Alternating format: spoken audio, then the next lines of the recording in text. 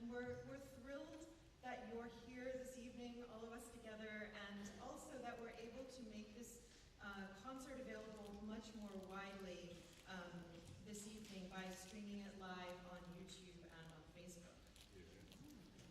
So,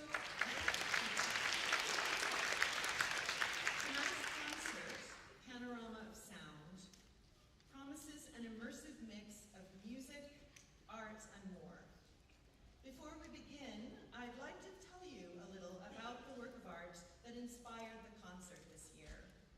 American artist Thomas Hart Benton's mural entitled America Today.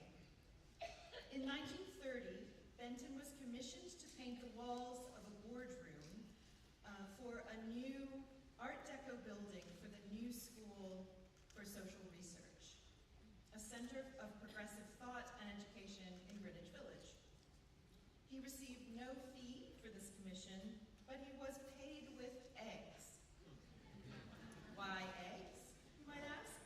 Because tempera paint, which is what he used to paint this mural, is made by mixing pigment with egg yolks. Took a lot of eggs. Offering a panorama of American life in the 1920s, the 10 panels mainly depict dramatic scenes of labor and struggle set in different regions of the U.S. and popular leisure activities during Prohibition in New York City. Benton said of the mural, "Every detail of every picture is a thing I myself have seen and known.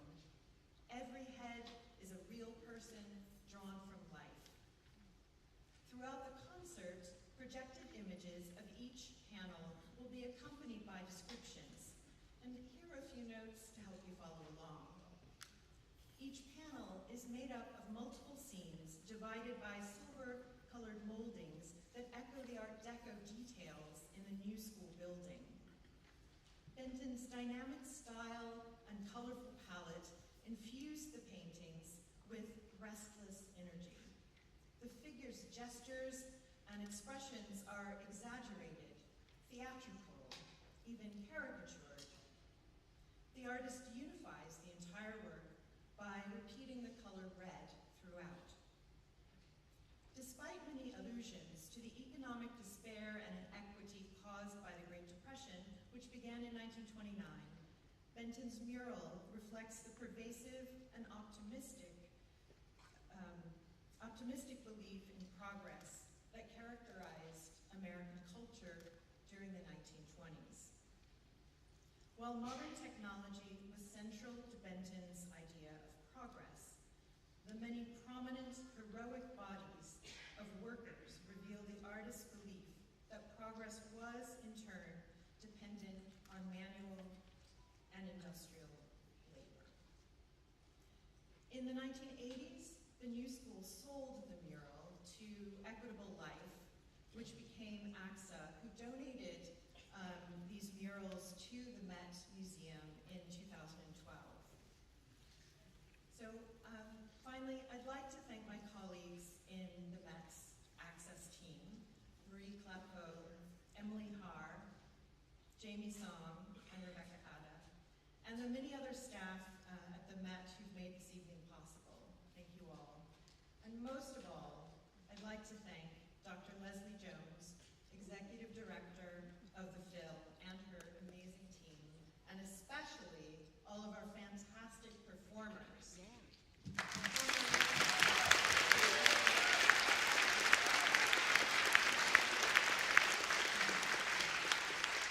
I'd also like to express our gratitude to Mary Jaharis, the MetLife Foundation, and the Philemon M. D'Agostino Foundation for their leadership support of access programs at the Met, as well as for the continued generosity of all of our Access friends and supporters that make programs like this possible. Now please take a moment to ensure that your cell phones are turned off, no flash photography, please. And now I'll hand over to Dr. Leslie Jones. Thank you.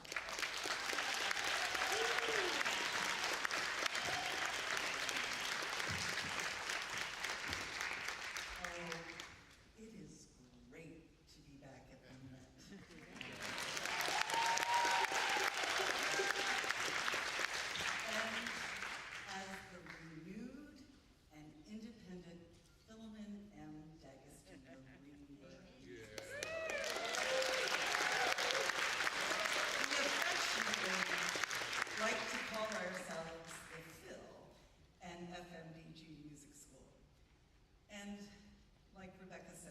We are just so happy to be colleagues.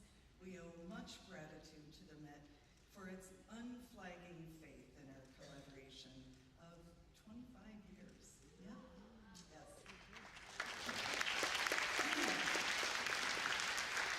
So, tonight, we will be experiencing art and music in a much different manner than past concerts.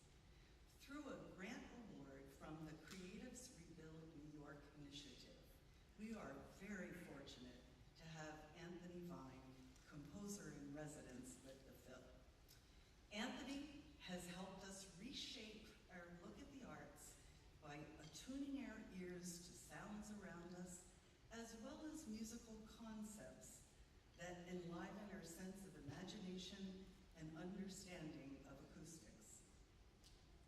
We will enter the incredible Benton mural through soundscapes, captured both through field recordings and presented through poetry, dance, and music. We want you to feel as if you are actually inside the mural, inhabiting the spirit of these paintings, and really understanding what American progress looked and felt like in the 1920s.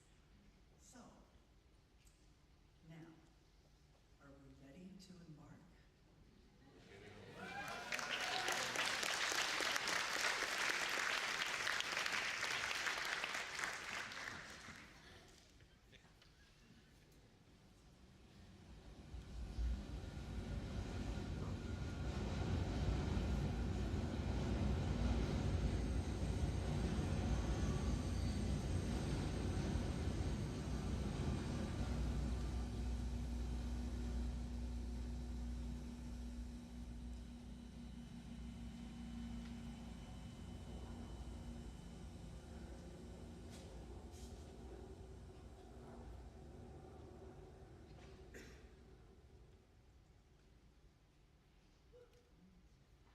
Moving forward with power and speed. In Instruments of Power, the largest of the mural panels and the only one devoid of humans, massive machines pump and steam and chug and buzz in a cacophonous collage of movement and industrial might. Thomas Hart Benton assembles in a large X shape icons of modern transportation and newly harnessed energy sources. At the center, a vertically thrusting combustion engine shown in cross-section grounds the hurtling movement away from center. On the left, a train and a plane move in parallel, speeding towards us, up and outward to the left edge of the painting. Steam billows from the locomotive smokestack, leaving a trail of gray tinged with red in its wake as it rushes across an arched bridge. The red-orange airplane climbs, its fast-moving propeller blurred as it spins. On the right side of the painting, a Zeppelin mirrors the outward and upward motion as beams of light project from its top and bottom. These vehicles symbolize modern transportation and the impact on how America connected to the rest of the world. Below the Zeppelin is a hydroelectric dam, whose stark facade, punctuated by a series of simple arches, echoes the leftward thrust of the train on the other side of the composition. Angled downward, like the bottom leg of an X, the dam appears to recede sharply away from us.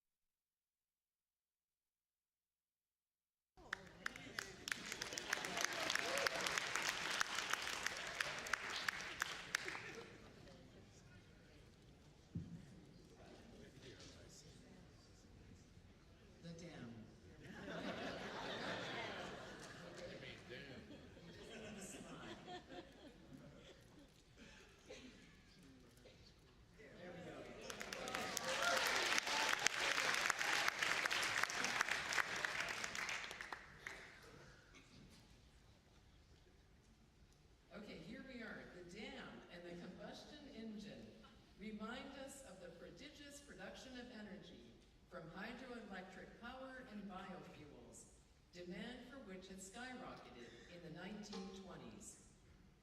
This panel was originally positioned opposite the new school boardroom door, greeting those who entered with industrial emblems of the 1920s economic boom.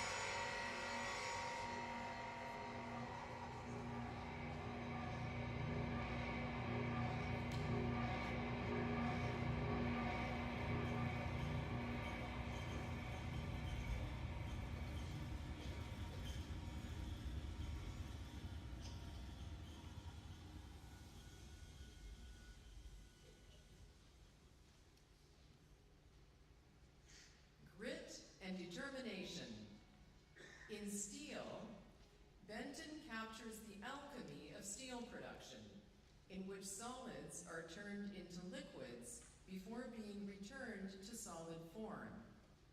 Steel is, in Benton's words, the very focus of my picture. Benton traveled to Bethlehem Steel in Sparrows Point, Maryland, to bring us inside the monumental plant in the distant background. In this energy-filled depiction of modern progress, the immense machinery hovers over men hard at work. Light and dark animate the panel. The muted browns and grays of the machines serve as a backdrop for the workers' fire-lit bodies. One large, lanky, and muscular body stands out, facing us. The slope of his back and arms gripping a stirring rod echoes the ray of fire and molten metal in the background. The painter Jackson Pollock, Benton's student at the time, likely served as model for this figure. Wearing only a white undershirt and brown pants, this larger-than-life worker is dramatically illuminated from below by the glow of the burning metal. He is a powerful, productive machine in human form.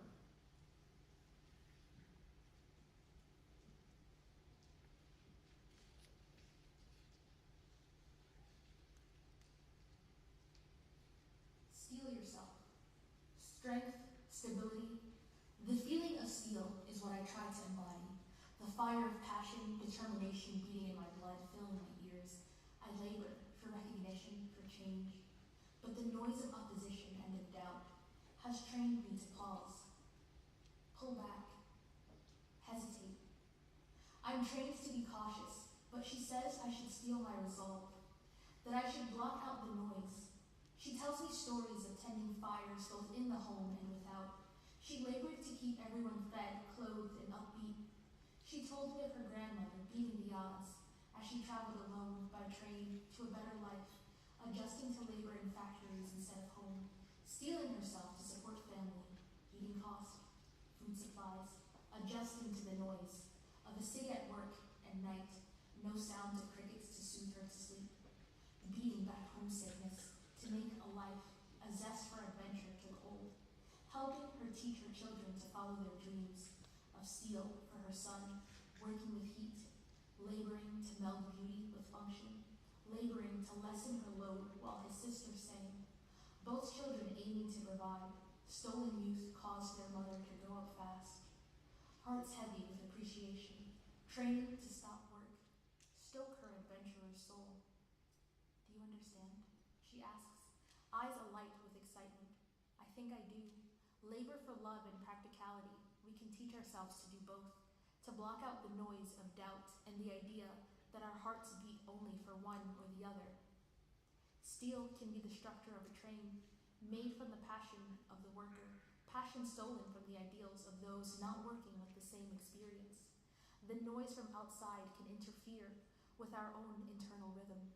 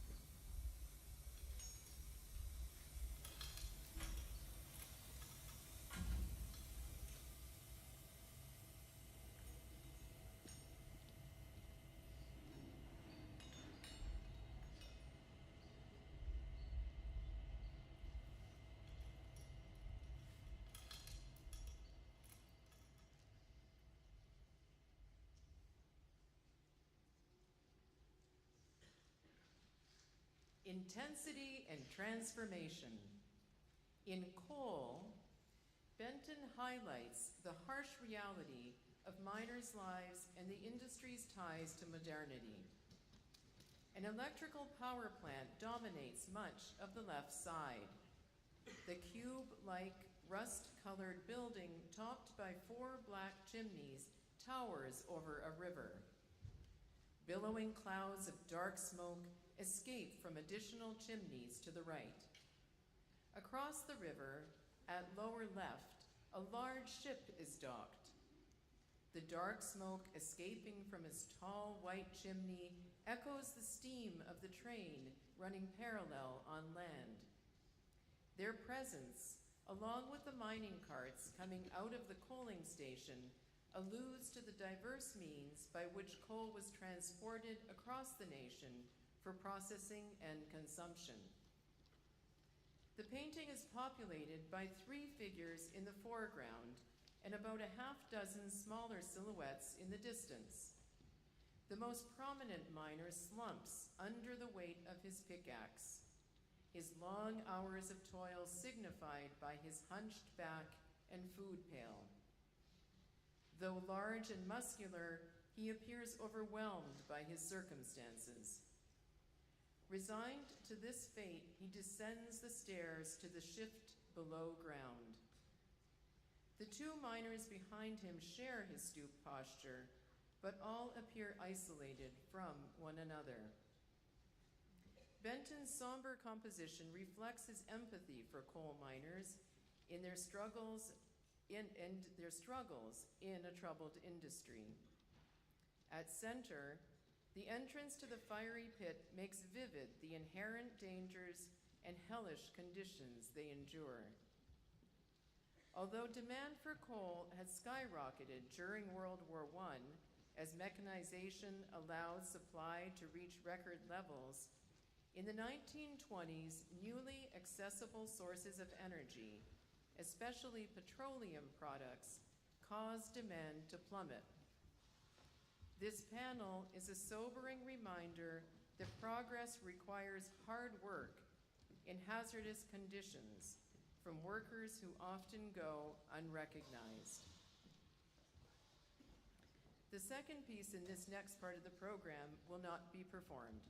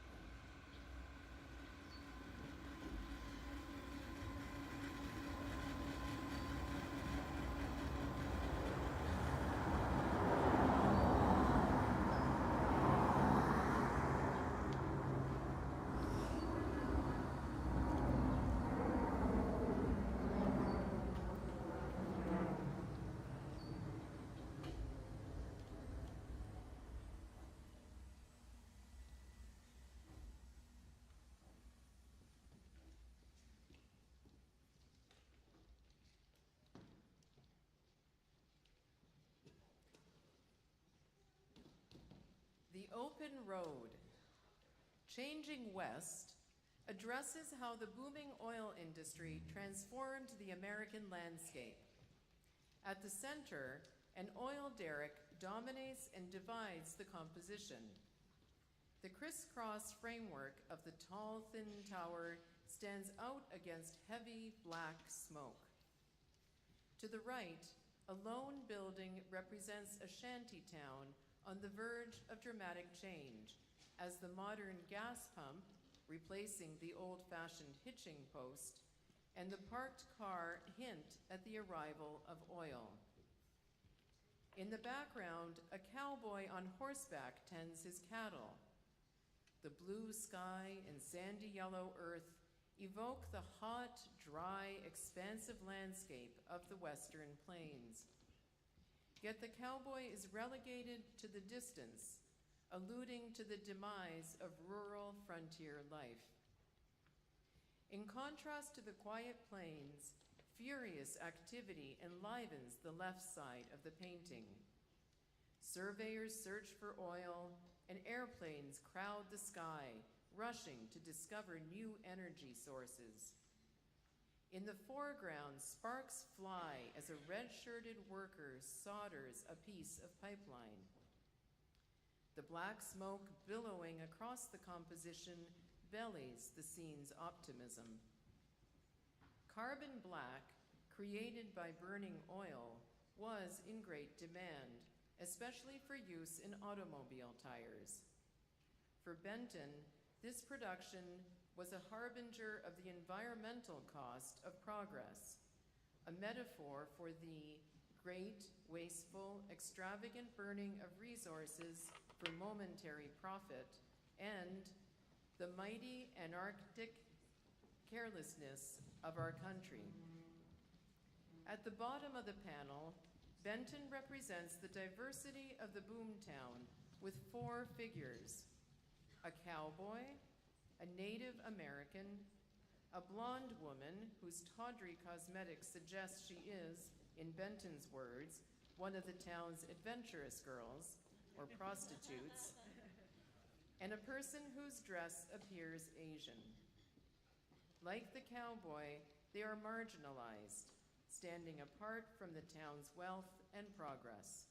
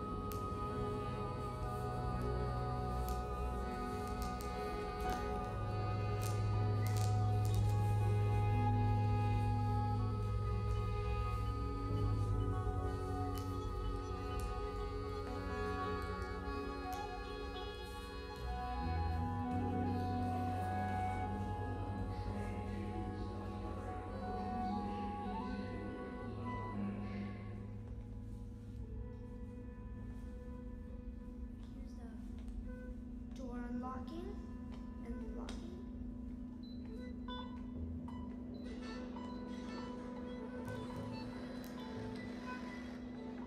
locked.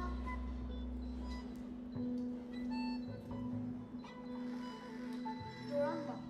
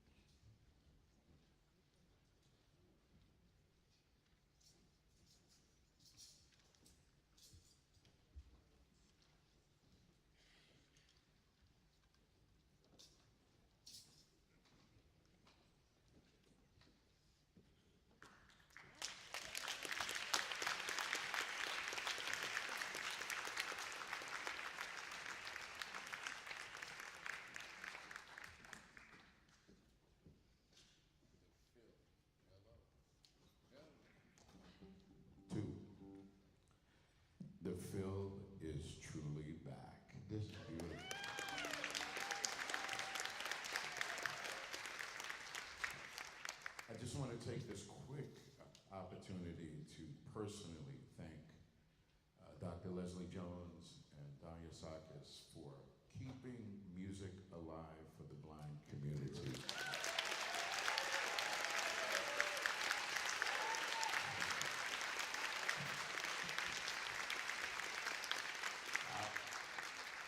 I was 6 years old when I started with the old lighthouse thing.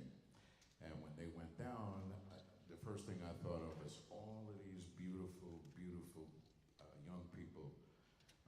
Where were they going to go to get this music done?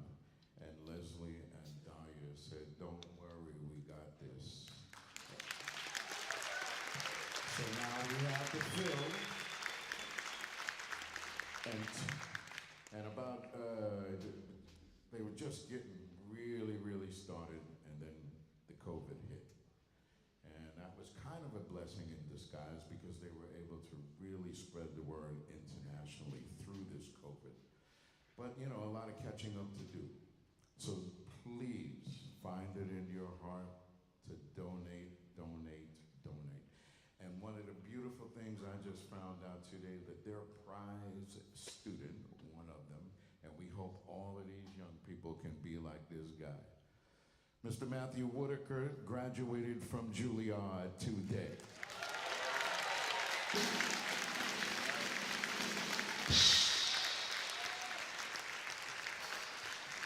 So y'all want to take this ride with me out west? Y'all ready to take this ride out west with me? Well, let's get going. Let's get it on. 1, 2, 1, 2, 3. Put your hands together. Come on, help the band out a little bit. Yeah, that's what I'm talking about. Get it together.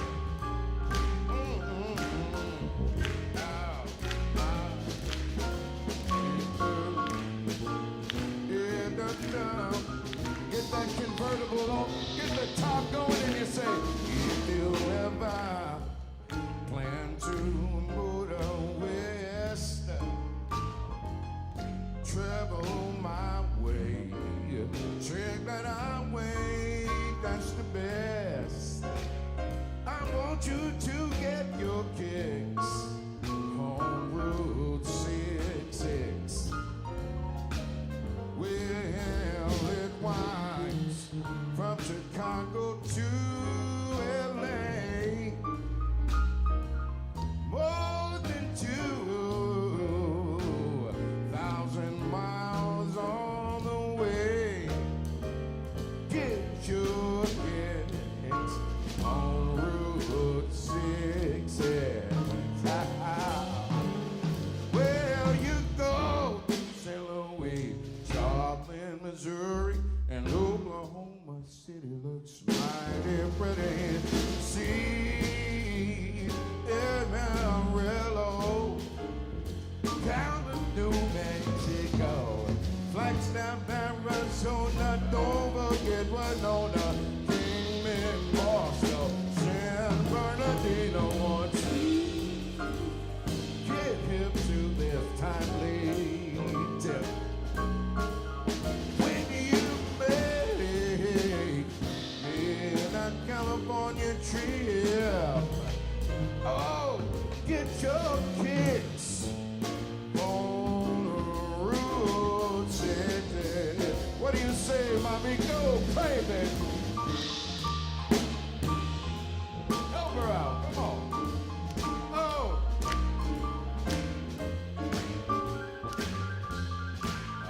You can't lose when you do the blues, baby.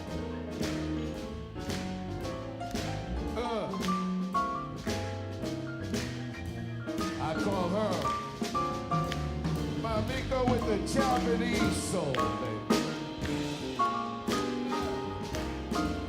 Come on, help her out.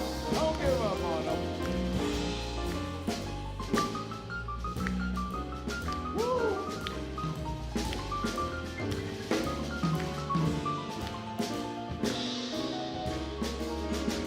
Then we go to break. When you go to St. Louis, Joplin, Missouri, and Oklahoma City,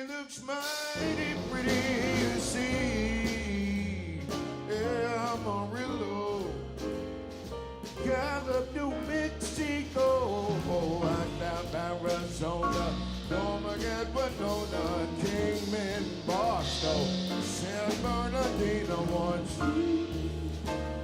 get hip to this timely tip. We keep moving forward, baby, with that California trip. Yeah, get your kicks on Route 66. Get your kicks on Route 66. Down. Get your kicks on Route 66.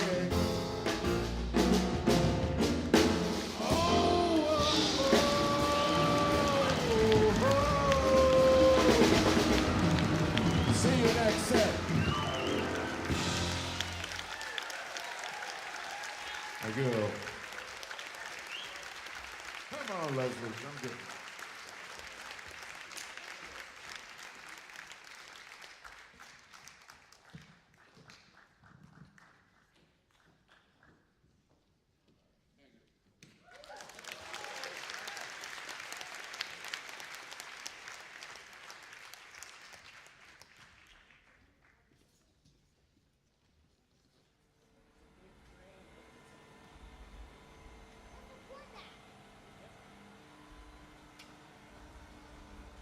I hear like a rumble.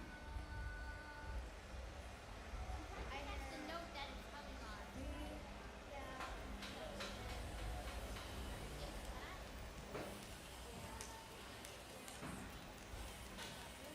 Yes.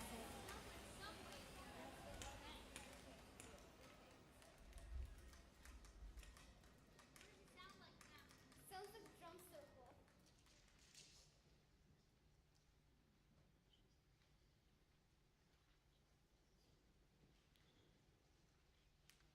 Reaching for the sky. City building brings us right here to gritty, grimy New York City. In this panel, Benton showcases the labor and invention that gave rise to the modern city. On the right, in the distant background, is the gray skyline of the southern tip of Manhattan as seen from New York Harbor. The skyscraper at 40 Wall Street, originally the Bank of Manhattan Trust Building, towers over all the others. It was the world's tallest building for 1 month before being surpassed by the Chrysler Building. In the middle ground, the black stern of a massive ship obscures much of the city skyline. A crane towers over the docked vessel, possibly for unloading raw materials. In the lower right corner, an architect studies a blueprint. He wears small round glasses, a brown shirt with rolled up sleeves, and a slicked back hairstyle. Turned away from the activity, he stands apart from it, but is essential to the design of the city. To the left, Benton zooms in on the action.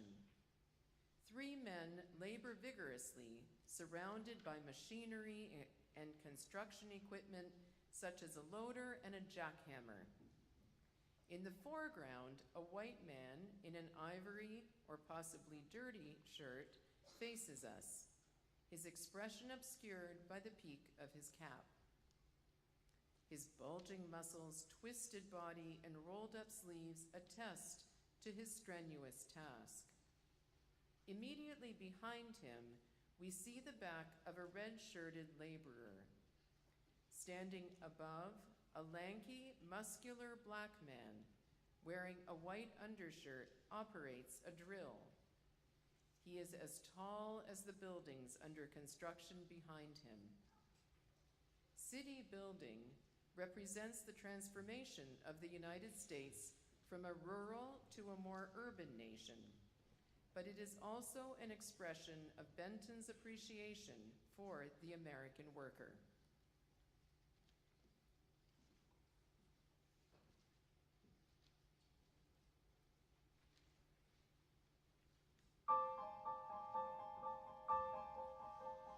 Once I hated this city, now it can't get me down.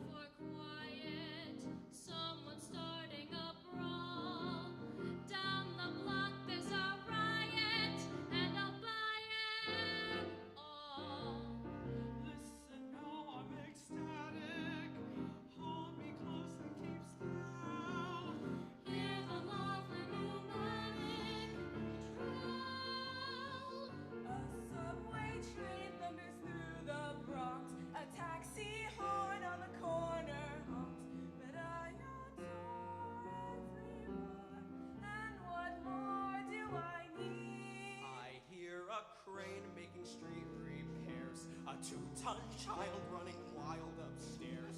Steam pipes bang, sirens clang, and what more do I need? The neighbors yell in the summer, the landlord yells in the fall. So loud I can't hear the plumber pound the wall. An aeroplane was across the bay, but I can hear you as clear as day. You said you love me above the sound and speed.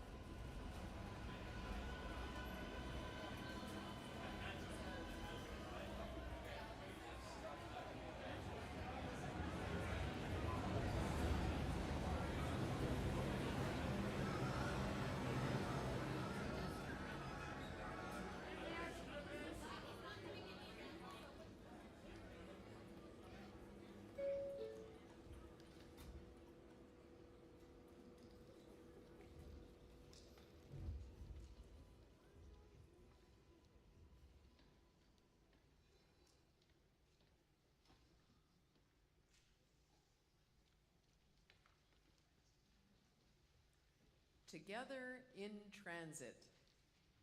City Activities with Subway portrays the vibrant metropolis of 1920s New York. The brightly colored, tightly compressed, and action-packed scenes teem with the noisy, fast-paced, chaotic, and bawdy nature of modern urban life. While men dominate most America Today scenes, the City Activities panels feature female figures on a grand scale, from the modern flapper to bare-bottom dancers. Benton personalized these panels with portrayals of people he knew and scenes that he had witnessed himself. At lower right is a crowded subway car, a scene familiar to many of us. Closest to us, a seated man wearing a green suit, black bowler hat, and smoking pipe reads a tabloid.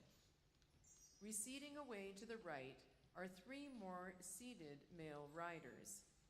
The one next to him, jacketless with rolled-up sleeves, leans over to peek at the newspaper headline, which reads, "Banker's Love Nest." A woman in yellow dress and red beret stands facing the seated men. Head turned slightly towards us, she reads the advertisements on the subway car walls. Her slim, bare left arm reaches up to hold the strap. She wears black, high-heeled shoes, and her stockings are rolled down around each ankle. A white-haired, suited man looks up from his book to notice her chest leaning towards him. A phenomenon of the Roaring '20s, the newly enfranchised, partially emancipated new woman, shown here standing in the subway while men are seated, captured the public imagination, even if she sometimes was met with disapproval.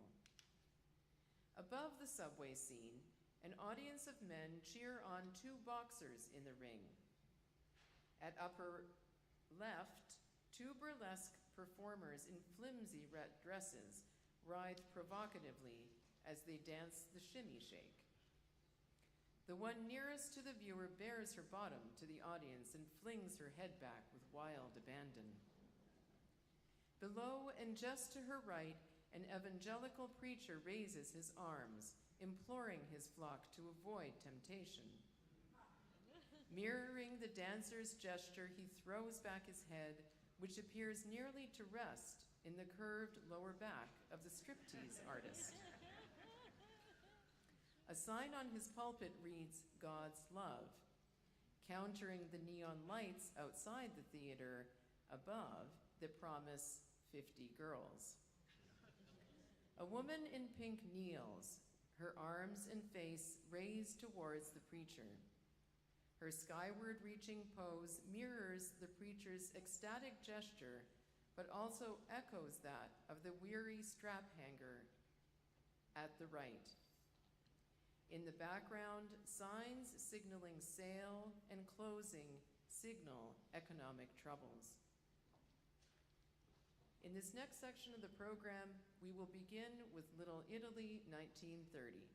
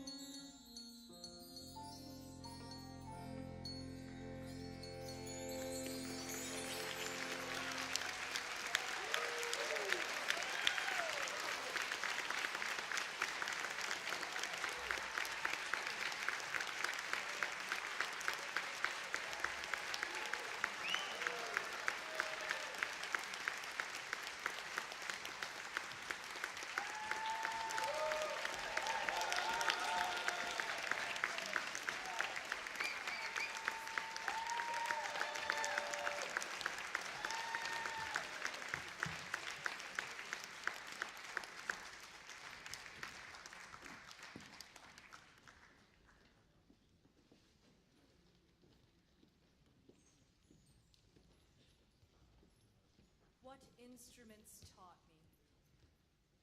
It wasn't until I touched piano keys that I learned to speak for the first time. I could cobble together simple sentences, but they fell from my mouth in awkward stumbles, like I was walking in shoes that didn't fit or trying to be someone I wasn't. I felt so ungainly, my feet swinging on the edge of the bench, not even grazing the ground. My pudgy hands barely able to reach an octave, but that stopped mattering after I played my first notes. These notes became my new letters and punctuation marks, ornaments and accidentals, my new exclamations and accidentals, my new exclamations and idioms, phrases and countermelodies, my new prose. If the piano taught me how to sing, the violin taught me how to whisper. I learned to listen to voices around me, contributing a small part of my sound to a whole hundreds of players strong. I discovered the value of precision, of placing notes and rests like tiles in a mosaic that would only take shape when in complete harmony. And I reveled in the anticipation of bated breath before a cue, delighted at a cluster chord or melody conveyed through many, and celebrated after a group bow because we had all made magic together. The guitar taught me to think on my feet, literally, scurrying around cramped practice rooms in a tangle of wires, mediating clashing personalities and bands, and making peace with imperfection, accompanied the split knuckles and calluses, all of which I treasured. I realized that letting go could be as therapeutic as any success, and that having fun in the face of judgment was not a sign of negligence, but an indicator of strength. Learning to use my voice is like using a time machine. Testing its raw power through uninhibited swoops and slides calls back to an age where rules and ridicule never existed. Trying to grasp the poetry of Emily Dickinson and Sarah Teasdale makes me mourn for a time I never knew, shows me the immense power of women so brilliant and so misunderstood. And molding my voice to the unnatural and ethereal beauty of Cecile Believe and Caroline Polachek launches me into centuries I will never live to see. Lately, computer music has launched me into a new universe. Waiting for programs to load is like preparation for takeoff, the pickup before a downbeat. With each keystroke, figments of my imagination crystallize into towering arpeggios, percussive landslides, metallic fireworks on a technicolor sky. I am no longer constrained by conventions or characters, only how much I can dream.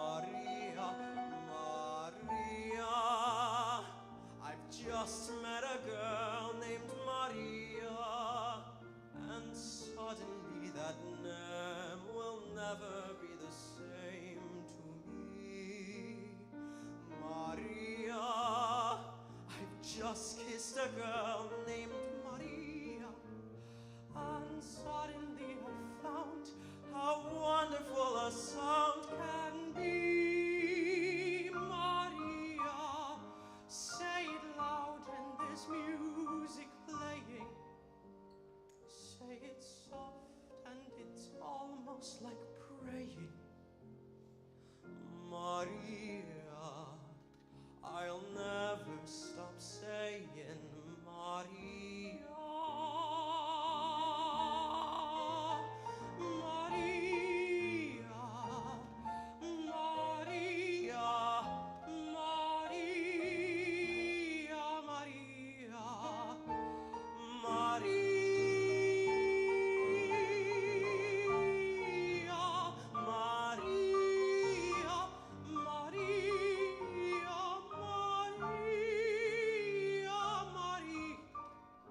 Say it loud, and there's music playing. Say it soft, and it's almost like praying. Maria, I'll never stop saying Maria.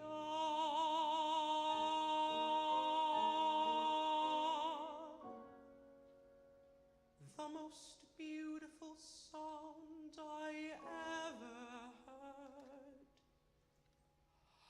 Maria.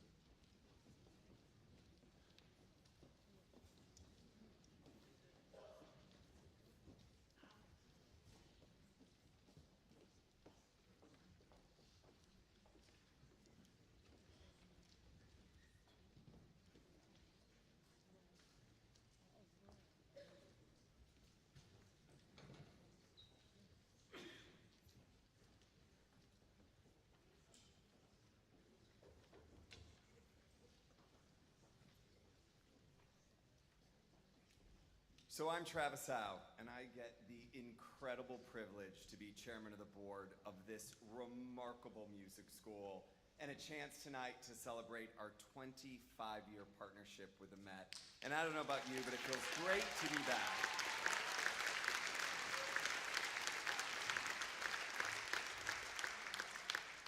So as we get ready to set up for our next number, we just wanted to take a moment to give some really special thanks.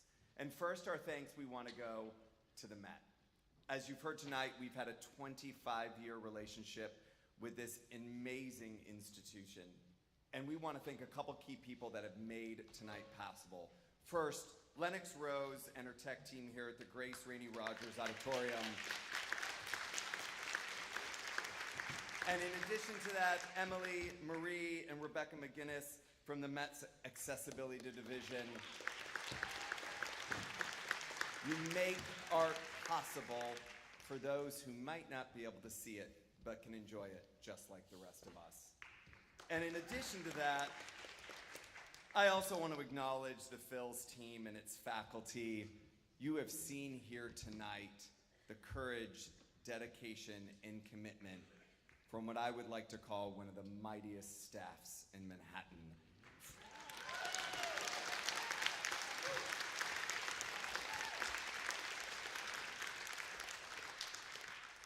What I'd like to say is a special thanks to Pablo, Richard, Donna, Michelle, and our composer in residence, Anthony Vine. Thank you for making tonight's magic possible, for all of the work here on stage tonight.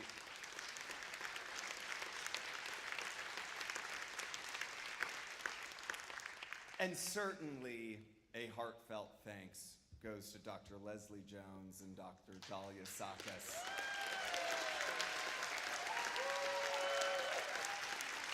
I have had the great honor and privilege to know both of these remarkable people and delivered in a way in which these students need it. And so I would also like to give a very warm round of applause to the parents who bring all of their kids every single week.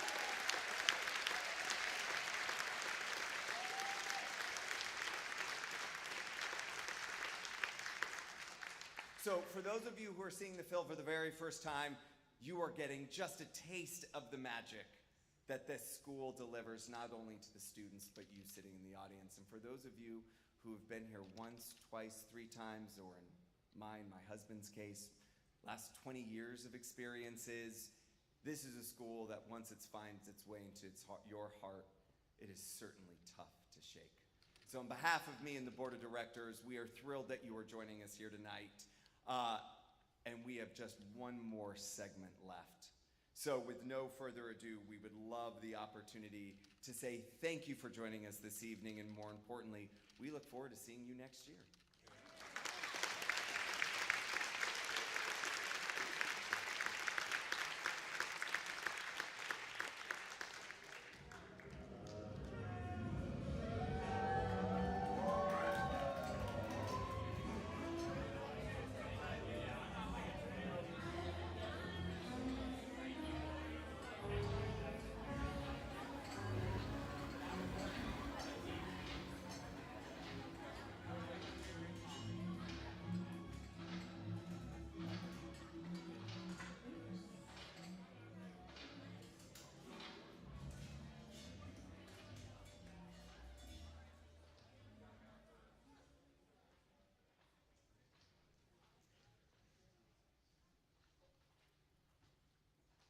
Dancing Till Dawn.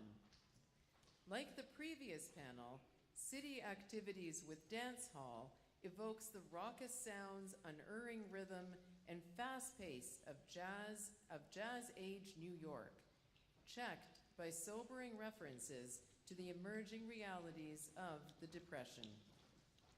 At left, 4 couples sway to the music of a band that includes a piano and a sousaphone. The women, so-called taxi dancers, dance the popular foxtrot with men who have purchased tickets for 10 cents a whirl. The woman in the foreground, draped in a back-revealing red dress, appears fatigued and leans on her partner, a posture recalling that of the male workers in other America Today scenes. In the center, young women in fashionable flapper attire, complete with close-fitting cloche hats, watch a moving picture. Above the screen, in the top right corner, a trapeze artist in a red bodysuit flies horizontally through the air above several clowns. Below the circus scene is a soda fountain, a new place for socializing in the 1920s. A young woman sitting at the counter leans forward, holding up her glass and gazing flirtatiously at the soda jerk. In the lower right corner, Benton includes a life-size self-portrait. The artist faces away from us, looking at Alvin Johnson, the director of the new school. Benton holds a paintbrush in his left hand. In his right is a glass with which he toasts the mural's completion. The vignette is one of several references in America Today to the illicit consumption of alcohol that flourished during Prohibition. To the left is Benton's tender portrayal of his wife, Rita, and their son. The boy of 4 or 5 sits on his mother's lap, his left hand raised, a pose and gesture reminiscent of images of the Virgin and Child in Christian art. An older woman sits facing them, head bowed. This is the reformist educator Caroline Pratt, who was a close family friend. Behind her, a multiplication problem, 6 times 7, is written on a blackboard, the product of which indicates Benton's age when he completed the murals. At the top of the panel, a mustached Wall Street stockbroker with a pinched expression checks his ticker tape machine, signaling the hardships of the Great Depression around the corner.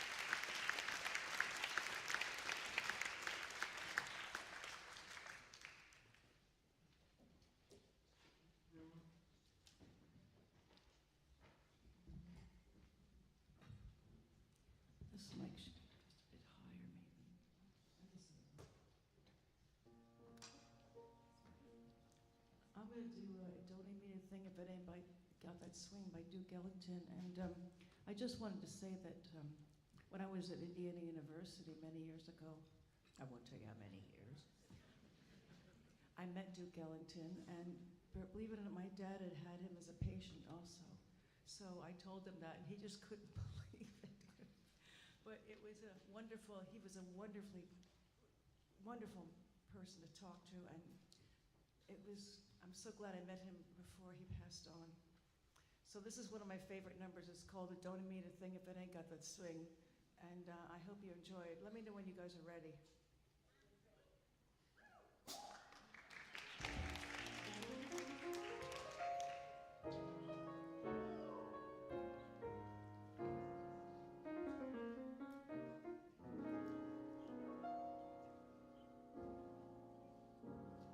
What good is melody?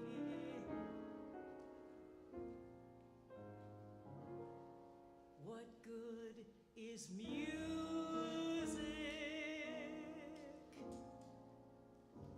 if it ain't possessing something sweet?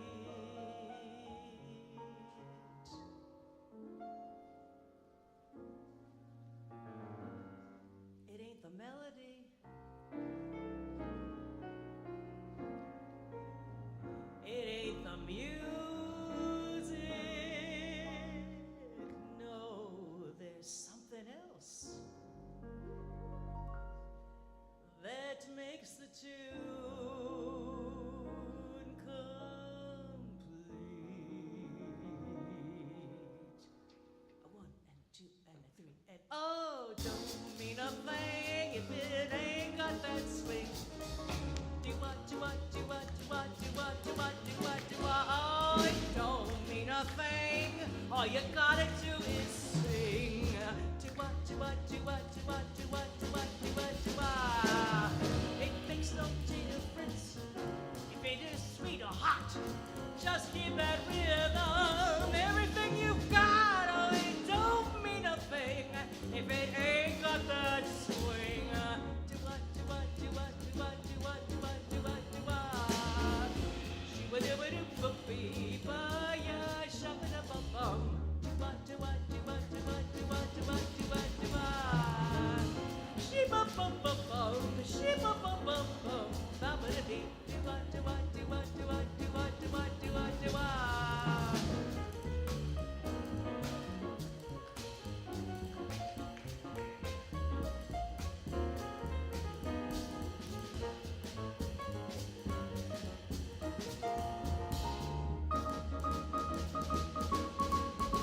Oh, it don't mean a thing if it ain't got the swing. Do what, do what, do what, do what, do what, do what, do what, do what. Oh, it don't mean a thing if it ain't got that swing. Do what, do what, do what, do what, do what, do what, do what, do what. It makes no difference if it is sweet or hot. Just give that rhythm everything you've got. Oh, it don't mean a thing if it ain't got that swing. Do what, do what, do what, do what, do what, do what, do what, do what. Do what, do what, do what, do what, do what, do what, do what, do what. One more time. Do what, do what, do what, do what, do what, do what, do what, do what.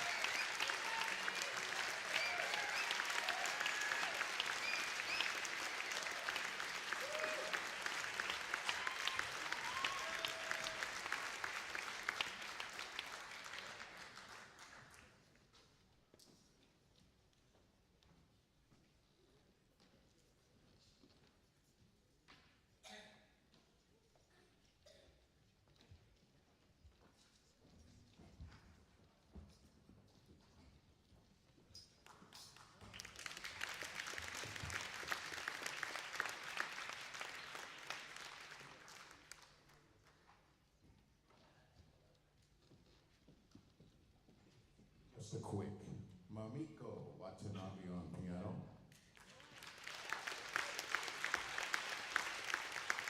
we got Diversity International, you know. On the bass, George Benson's bass player and friend, Mr. Stanley Moneyman Banks. And on the drums, the Phil's only drummer extraordinaire, one of the greatest instructors of all time for this music school, Mr. Vanderlei Pereira.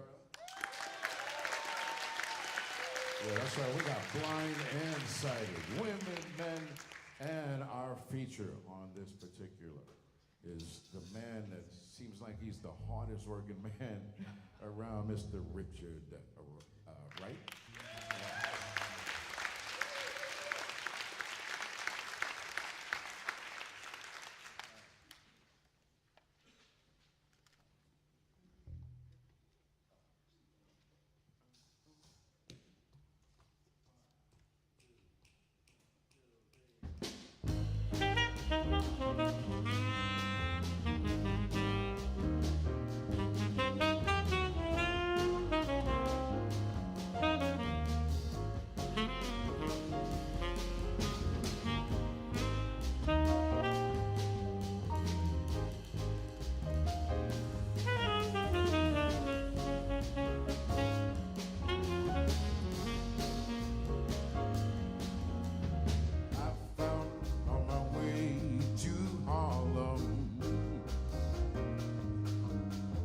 Ellington, he don't live around here. He moved away, they say, away from Harlem. I can hear his echo still. Now, you can't keep me away from where I was born. I was baptized by my daddy's horn. Hey, they can't keep me away from Harlem. I was baptized by my daddy's horn. Oh, I found out on my way to Harlem. Langston Hughes, he don't live around here. They say he moved away from way from Harlem. Marvin Gaye, he played right there. So you can't keep me away from where I was born. I was baptized by my daddy's horn. You, they can't keep me away from where I was born. I was baptized by Richard's horn. Oh.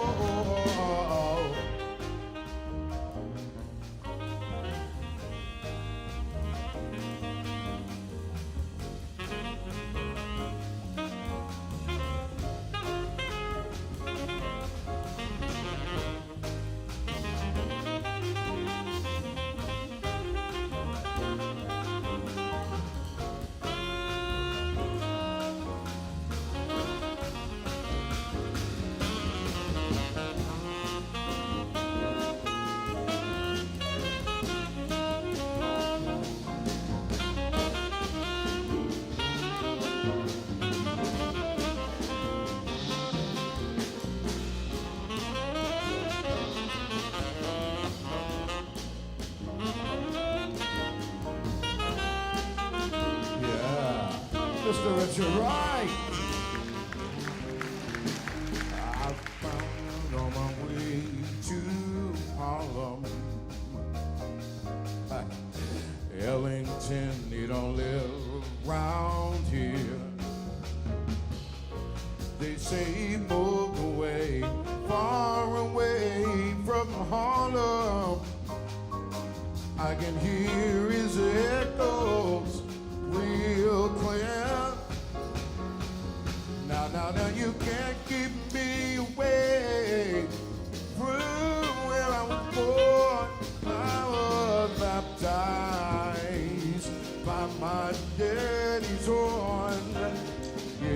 No, they can't keep me away from where I was born. I was baptized by the jazzman's horn.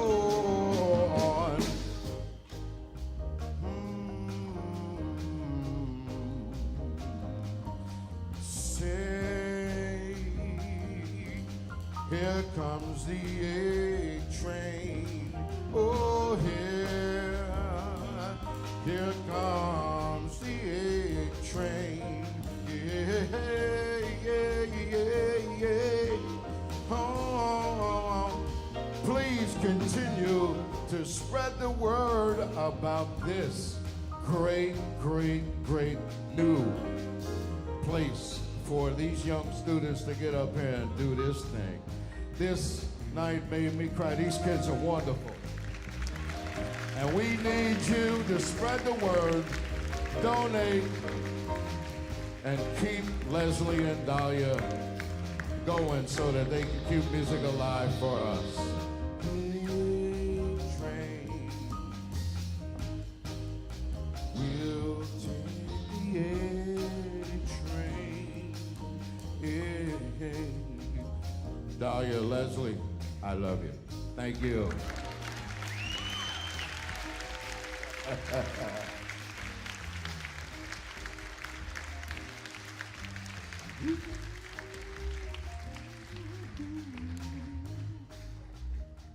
That's all I got.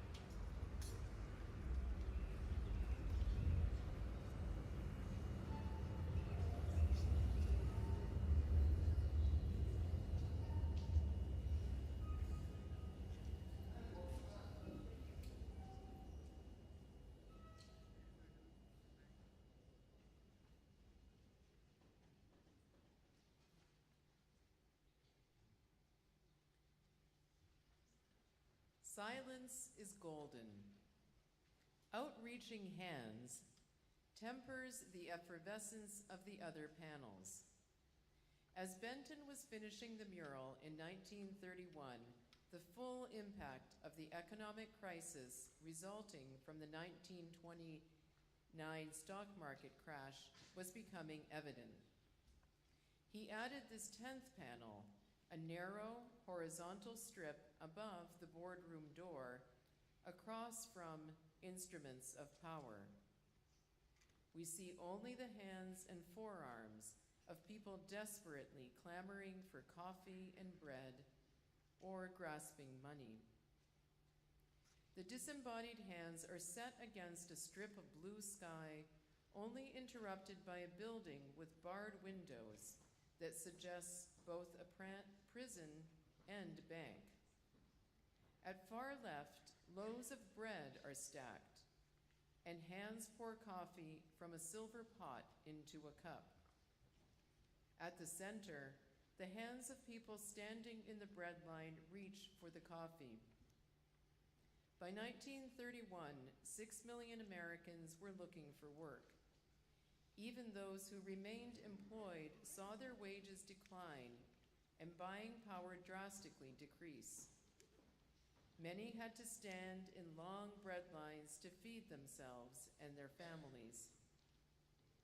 At far right, a top hat and the white cuffed shirt sleeves of stock brokers are visible, their hands grasping wads of dollar bills. Benton hints here at the capitalist greed and corruption that many believed triggered the stock market crash in 1929. These hands stand in stark contrast to the laboring hands building the modern age depicted throughout America today. The scene reminds us of how quickly life had changed since the Roaring Twenties.